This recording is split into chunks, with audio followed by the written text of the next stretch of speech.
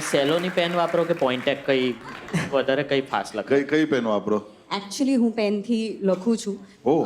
Paper અને pen use કરું છું. એટલે મારા જે સીએ છે ને એ જ કહે છે કે તમારે જે ખર્ચો દેખાડવો પડે ટેક્સ રિબેટ માટે કે એમાં બહુ તકલીફ પડે છે, કારણ કે 5 રૂપિયા અને 10 રૂપિયાવાળી પેનથી ઉપર તમે વાપરતા નથી અને વર્ષે એક લેપટોપનો ખર્ચો દેખાડો છો ફિલ્મો માટે, પણ ઘસો છો તમે પેન જ. તો પછી તમે એવું પણ કરી શકો ને કે પાર્કર પેન લીધી, એટલે મો બ્લાન્ક લીધી. મો બ્લાન્ક ખબર છે? મો બ્લાન્ક એ તો પરફ્યુમ નહીં.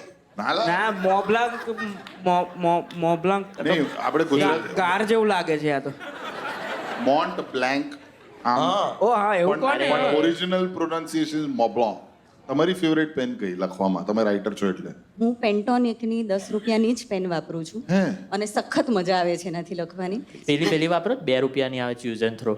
બહુ જ સરસ કામ કરે અરે છે. હું તમારી સાથે છું, કારણ કે છે ને 10મા ધોરણ વખતે છે ને બધા જે ઓળખીતાઓ હોય ને એટલી ભારે ડફ્ફા જેવી પેનો આપે, એમને ખબર જ ના હોય કે 3 કલાક હાથમાં આમ આવું હાથ થઈ જાય લખતા લખતા.